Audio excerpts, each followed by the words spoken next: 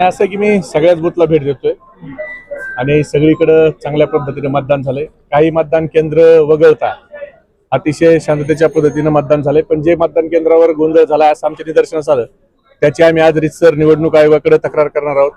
तिथले CCTV footage त्या ठिकाणी मागवून घेणार आहोत।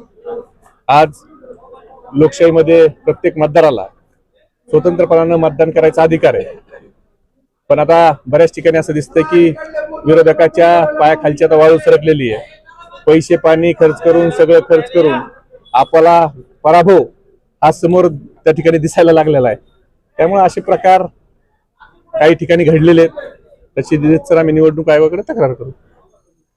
6 वाजले तरी एक बूथवर अजून सुद्धा मतदान प्रक्रिया सुरू आहे। ते मतदान प्रक्रिया स्लो असेल, मतदार लाईनला लागलेला आहे आणि निवडणूक आयोगाच्या नियमाप्रमाणे मतदानच्या वेळेच्या आत जेवढा माणूस गेटच्या आतमध्ये लाईनला आहे त्याचं मतदान करून घ्यावं लागतं, तो नियम आहे। त्यामुळे आता जर मतदान प्रक्रिया स्लो असेल एखाद्या बूथवर किंवा मतदार उशिरा घराच्या बाहेर पडला असेल तर ते अधिकारी त्या ठिकाणी तपासणी करून त्याची घेतील। तुम्ही आता जो दौरा केलेला आहे त्याच्यात तुमच्याबद्दल काय वाटलं तुम्हाला या दौऱ्यात? मी निवडूनच येणार आहे 100%, लिहून देतो तुम्हाला। 100% विजय हा निश्चित आहे।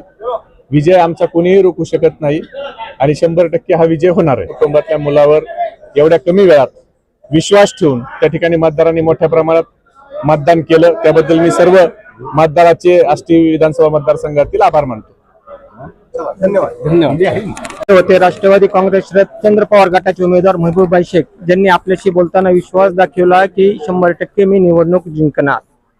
तेज Varta news network, cameraman Rahman Sayyad सह अय्यूब मोमीन व अनिस मोमीन।